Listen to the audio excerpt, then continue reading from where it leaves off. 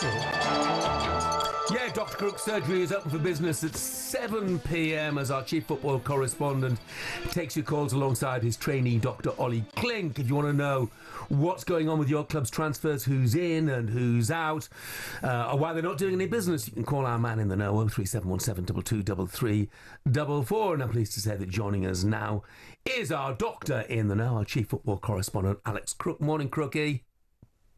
Good morning. I don't know about a doctor's surgery. I think it's therapy that Manchester United fans need at this moment in time, seeing all their traditional rivals strengthen squads, and at the moment, just the one signing through the door at Old Trafford. Yeah, just quickly, what do you make about, the bomb squad, the five who've been isolated by Ruben Amorim? Yeah, I take on board what Pards is saying. It's not as uncommon as you think of football clubs to do that. I remember Aston Villa did it with several senior players, the likes of Alan Hutton, who actually managed to fight his way back from the bomb squad and get back into the team at one stage. I said when Ruben Amorim was appointed, the only way that this is a success is if he outlasts the bulk of the players in the dressing room. Because you look at the last decade, there's a history of players undermining the manager, be it on social media in Jadon Sancho's case, or with what he said in the mix zone after the Europa League final with Garnacho, Rashford turning up late for training, obviously that trip to Belfast when Erik ten Hag was the manager. And I think he's had to try and weed out some of the toxic players in that dressing room. So I think most United fans are behind Amorim. I get Pards' point, though, in terms of transfer fees. Clearly, clubs are looking at those five players, and if they are interested in signing one of them, they're going to make a low ball offer, knowing that United and the manager are just desperate to get shot of them. Most of the transfer headlines this morning, Crook, are about Hugo Ekitike potentially joining Newcastle United. Big price tag. Yeah, 90 million euros, I think, is the fee that Frankfurt are touting around. This is a player who's been on Eddie Howe's radar for some time. He was close to joining a few transfer windows ago when he went to Paris Saint-Germain. Instead, didn't work out particularly well for him in the French capital, but he's gone to Germany, rebuilt his reputation. He's a goal every other game in the Bundesliga. Now, this isn't an indication that Newcastle are ready to cash in on Alexander Isak, which I think is the fear of some Newcastle fans when they saw the story emerge last night. They're looking for a player who can play alongside Isak and someone who can cover him as well, because obviously Callum Wilson rejected the offer of a new pay-as-you-play deal, so they are short in the striking department. I don't think this one is close at this moment in time. Newcastle have got a delegation over trying to agree personal terms with Ekitike. If they can do that, then they'll start talking to Frankfurt and make a formal offer. But I think there's going to be rival interest as well. I know he's on Liverpool's list if they can offload Darwin Núñez as a possible replacement for him at Anfield. So a lot of water to flow under the bridge, but it does show that Newcastle have got money to spend and they're going to be ambitious in this transfer window. Oh, you mentioned Liverpool there. Reading stories this morning about Jean-Philippe Mateta's representatives meeting Liverpool officials in London. Anything on that?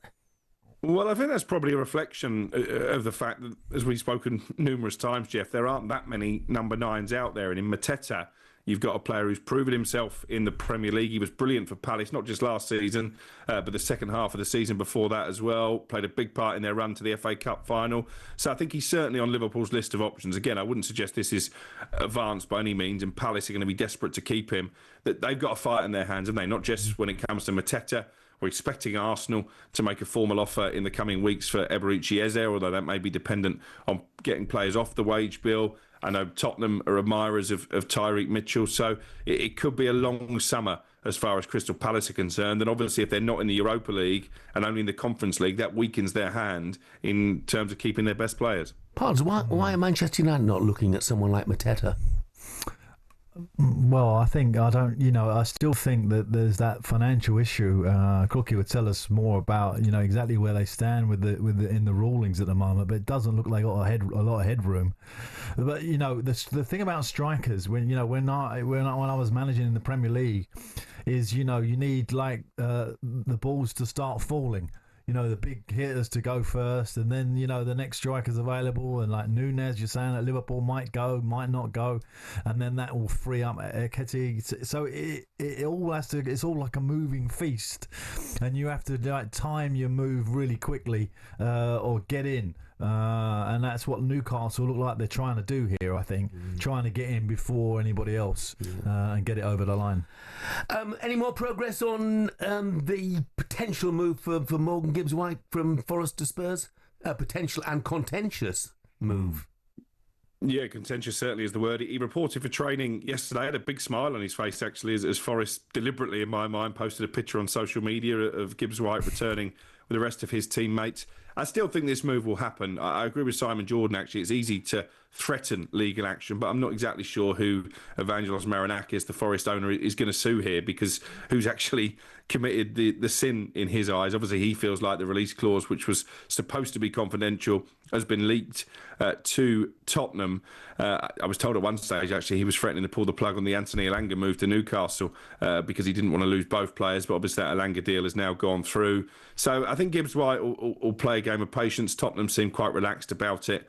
And I'm racking my brains. I think the last time that a tapping up allegation was proven was probably Ashley Cole when he went from Arsenal to Chelsea. Yeah. It happens all the time now. Yeah. You know, the way a modern transfer works is, and we're seeing it with Ekitike, Newcastle are going to try and get personal terms agreed with him, be it direct with a player or with an intermediary, and only then do they put an offer to the football club. So he, without sin, cast the first stone, as they say. I'm sure that Nottingham Forest, down the years, have approached intermediaries of players before they've gone to clubs. Yeah, and you know, the problem with when you've got these clauses, who releases that information of what the clause is worth? Obviously, the club is not going to do that, so it obviously has to come from the intermediary. So, you know, it is a problem, and but actually to go to court and go down the line of trying to get someone over the line for it is a business that I don't think it's possible.